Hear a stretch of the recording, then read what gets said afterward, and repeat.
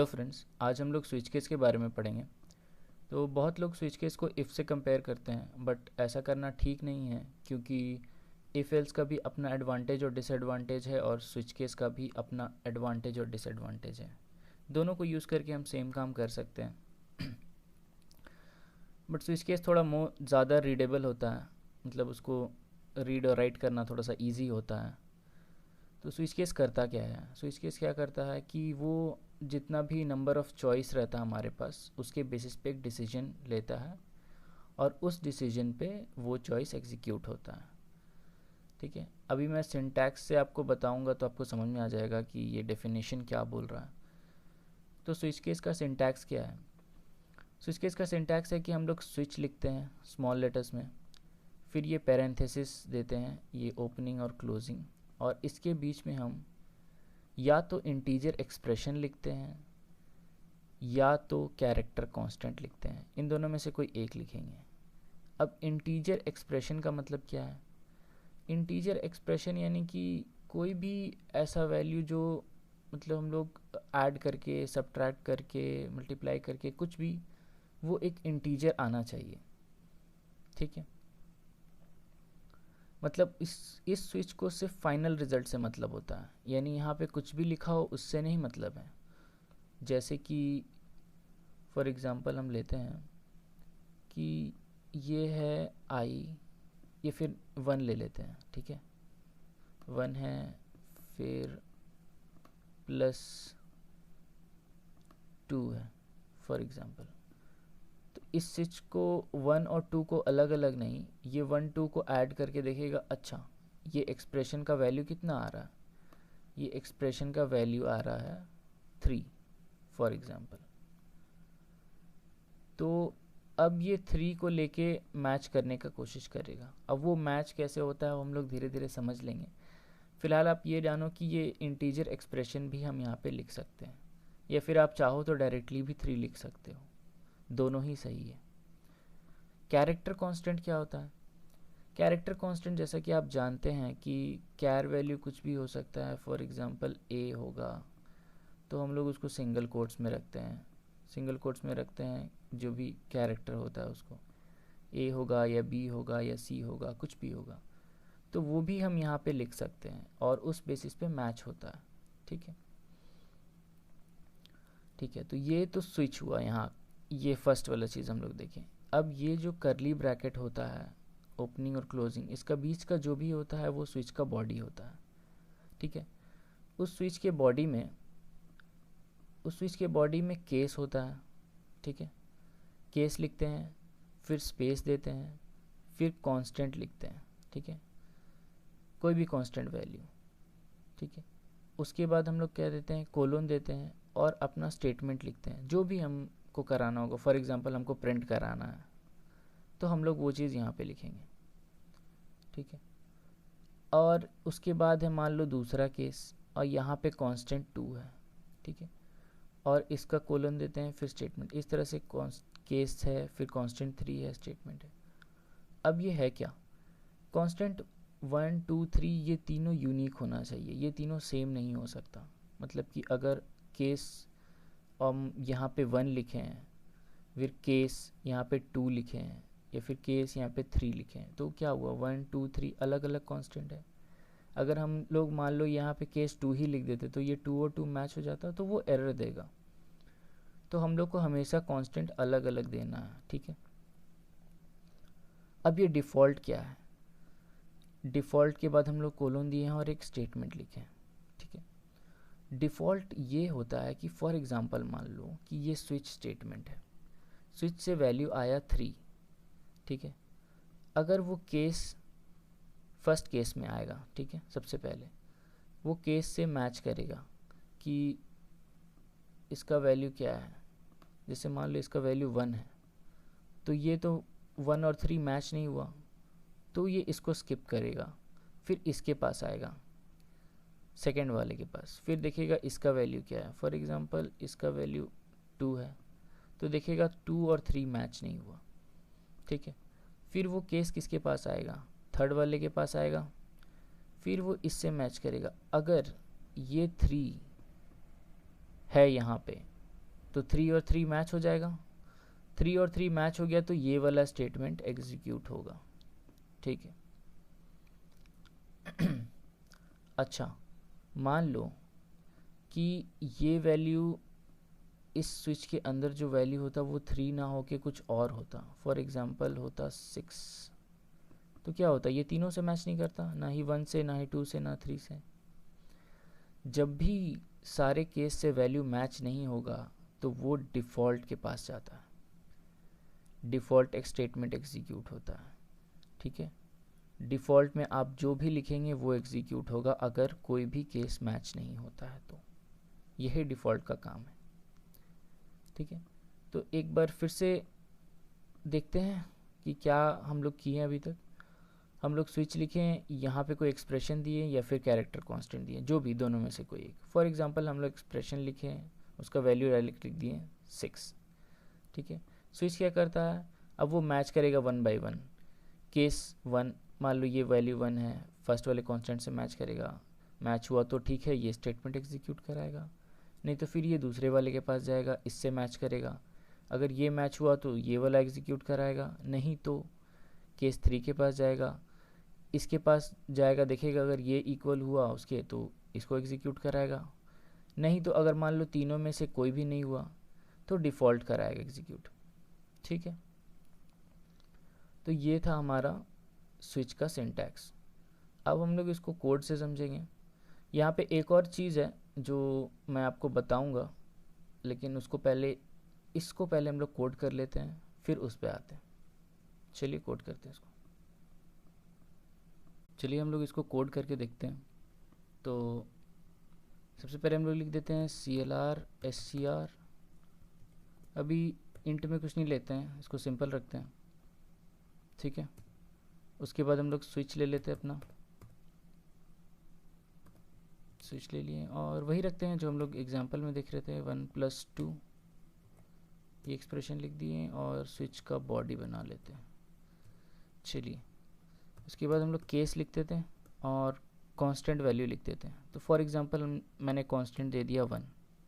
ठीक है, कोलन लिख दिया और एक स्टेटमेंट प्रिंट करा लेते हैं, फॉर एग्जांपल 1 प्रिंट करा लेते हैं। उसके बाद हम लोग लिख देते हैं केस 2 और कर देते हैं printf 2। उसके बाद लिख देते हैं केस, अच्छा यहाँ पे फिर से 2 दे के देखिए क्या एरर आता है, यानी जैसा कि हम लोग देख रहे थे कि डुप्लीकेट है तो एरर आना चाहिए। चलो इसको लिख के देख लेते हैं और लास्ट में हम लोग लिख देते हैं डिफ़ॉल्ट। डिफ़ॉल्ट लिख दिए और लिख देते हैं printf इनवैलिड। अब यहाँ पे कुछ भी लिख सकते हैं या फिर कुछ एग्जीक्यूट कराना है तो वो भी करा सकते हैं। फ़िलहाल मैं यहाँ पे इनवैलिड ही लिख देता हूँ। फिर लिखते हैं get ch। चलिए इसको कंपाइल करके देखते हैं कुछ एरर आ रहा है कि नहीं। देखिए एक एरर आ रहा है। क्या एरर आ रहा है, डुप्लीकेट केस। देखिए 2 और 2 मैच हुआ तो वो उसको एरर दे दिया, यानी कि मेरा यूनिक होना चाहिए। ठीक है, इसको 3 कर देते हैं।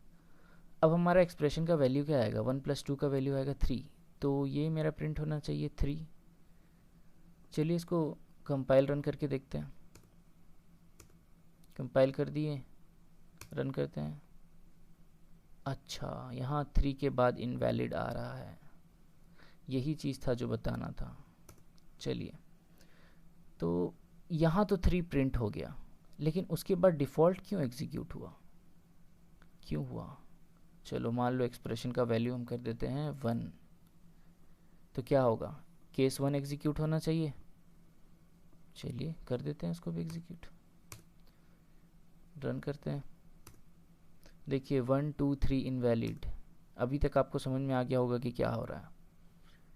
यहाँ पे 1 जैसे सेलेक्ट हुआ, 1 तो प्रिंट हुआ, लेकिन उसके बाद वाला केस भी एग्जीक्यूट हो गया, उसके बाद वाला भी एग्जीक्यूट हो गया और ये डिफ़ॉल्ट भी एग्जीक्यूट हो गया। ऐसा क्यों हुआ, ऐसा इसलिए हुआ कि जब ये स्विच इसको मैच किया 1 को, तो एक बार जब वो मैच हो गया स्टेटमेंट, तो क्या होता है, उसके बाद का भी एक स्टेटमेंट एग्जीक्यूट होता ही चला जाएगा जैसा नॉर्मल स्टेटमेंट में होता है। अब वो कंपेयर नहीं करेगा इस 2 को इससे, उसने एक बार मैच कर दिया, उसको मिल गया, उसके बाद वो एग्जीक्यूट होता चला जाएगा। लेकिन हम ऐसा नहीं चाहते हैं। हम चाहते हैं कि जब printf ये एग्जीक्यूट हो तो बाकी सारा एग्जीक्यूट ना हो। तो उसके लिए हम लोग के पास प्लान क्या है, हम लोग क्या कर सकते हैं, हम लोग यहाँ पे ब्रेक स्टेटमेंट का यूज़ कर सकते हैं।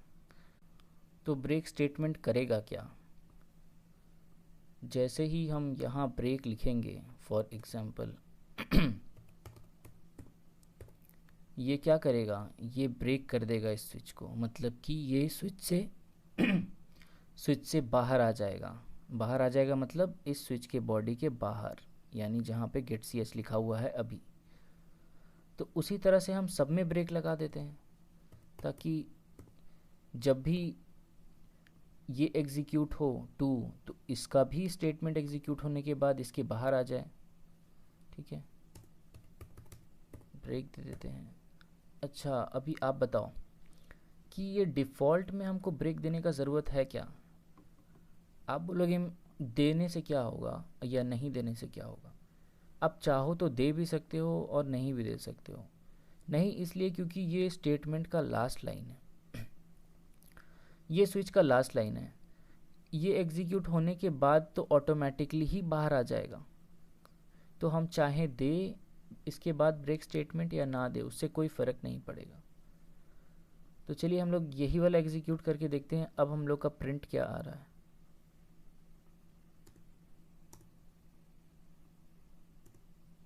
देखिए 1 आ रहा है और 1 के बाद बाकी सारा एग्जीक्यूट नहीं हुआ। इसका मतलब हमारा जो हमने प्लान किया था उस मुताबिक हमारा प्रोग्राम चला। ठीक है, आइए हम लोग कुछ वेरिएशंस ट्राई करके देखते हैं कि हम लोग स्विच में क्या क्या कर सकते हैं। तो सबसे पहला मेरा सवाल आपसे ये है कि जैसे आप देख रहे हैं कि यहाँ पे केस 1 है, फिर 2 है, फिर 3 है। तो ये क्या हमेशा असेंडिंग में होना चाहिए, यानी छोटा से बड़ा, कि 1 पहले लिखें, 2 पहले लिखें, 3 पहले लिखें, या इसको किसी भी तरह से हम लोग लिख सकते हैं। तो मान लीजिए कि मैं इसको 2 कर देता हूँ, यहाँ पे भी चेंज कर देते हैं, 2 कर देते हैं, और इसको 1 कर देते हैं। आप तब तक सोचिए कि ऐसा कर सकते हैं कि नहीं कर सकते हैं। ठीक है, चलिए इसको कंपाइल रन करके देखते हैं। देखिए 1 प्रिंट हुआ। 1 प्रिंट क्यों हुआ, क्योंकि ये 1 को ये मैच किया। तो ऑर्डर इम्पॉर्टेंट नहीं है, हम लोग 2 को पहले लिखें, 1 को बाद में लिखें, या 3 को कहीं भी लिखें, उससे कोई फ़र्क नहीं पड़ता। वो 1 बाई 1 इसको मैच करता जाएगा। ठीक है, दूसरा सवाल ये है कि हम कोई वेरिएबल में वैल्यू ले ले, for example i equal to 1 comma j, sorry int लेना भूल गया, इंट ले लेते हैं, i equal to 1 comma j equal to 2। ठीक है, और यहाँ पे आई प्लस जे लिख सकते हैं क्या। हमने अभी थोड़ी देर पहले देखा था कि ये बस एक्सप्रेशन मेरे को इंटीजर वैल्यू देना चाहिए। ठीक है, तो हम 1 प्लस 2 यानी आई का वैल्यू कितना है 1 और प्लस 2 यानी 3, यानी 3 वाले के पास जाके 3 प्रिंट होना चाहिए, यानी कि ये स्विच वर्क करना चाहिए। ठीक है, कंपाइल करके देखते हैं, रन करते हैं, देखिए 3 प्रिंट हुआ। ठीक है, तीसरा क्वेश्चन मेरा आपसे ये है कि इस स्विच में हम लोग कोई कंडीशन लिख सकते हैं क्या। ठीक है, लिख के देखते हैं, आई इज़ ग्रेटर देन और इक्वल टू 1।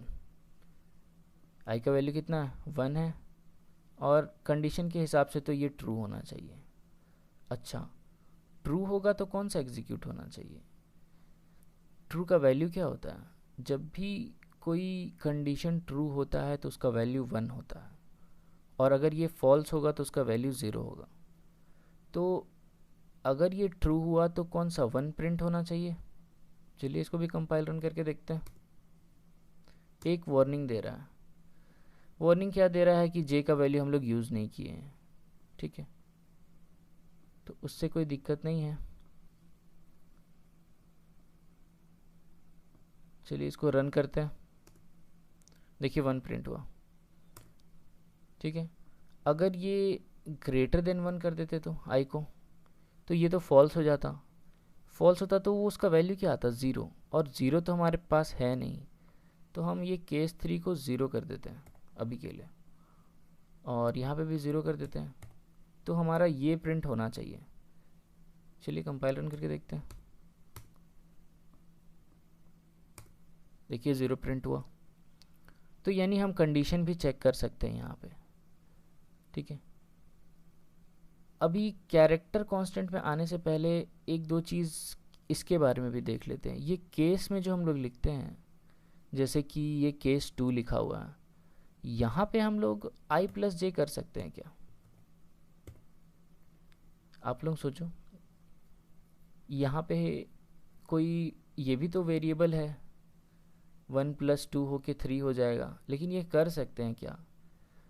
आपने सिंटैक्स में देखा था कि यहाँ हम लोग सिर्फ कांस्टेंट लिख सकते हैं, एक्सप्रेशन तो नहीं लिख सकते। एक्सप्रेशन हम लोग यहाँ लिख पाते हैं सिर्फ, तो ये नहीं होगा। या तो हम लोग यहाँ कांस्टेंट लिखें, या फिर हम लोग मतलब इंटीजर कांस्टेंट लिखें, या फिर कैरेक्टर कांस्टेंट लिखें। एक्सप्रेशंस नहीं हो सकता, ना ही कंडीशन हो सकता है यहाँ पे। फिर भी इसको एक बार कंपाइल करके देखते हैं, देखिए एरर दे रहा, कांस्टेंट एक्सप्रेशन रिक्वायर्ड, क्योंकि यहाँ पे कांस्टेंट चाहिए होता है, ठीक है। चलिए, तो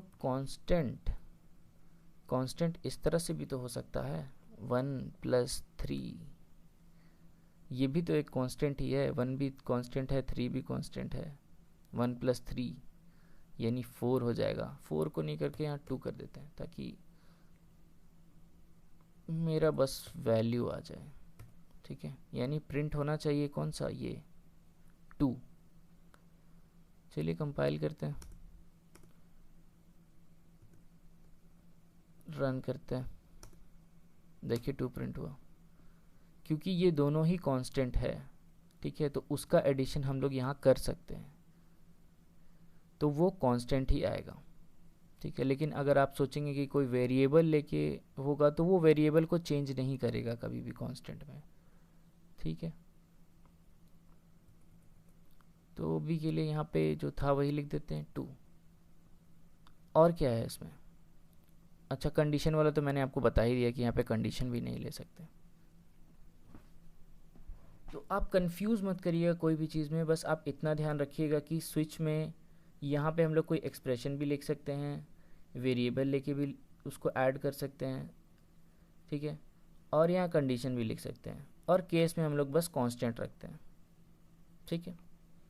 अच्छा, अब हम लोग आते हैं कि जो हम लोग बोल रहे थे कि हम लोग कैरेक्टर कांस्टेंट भी रख सकते हैं, तो एक कैर ले लेते हैं, कैर वैल्यू मान लो सी ले लेते हैं, और उसका वैल्यू दे देते हैं कि ए, ठीक है।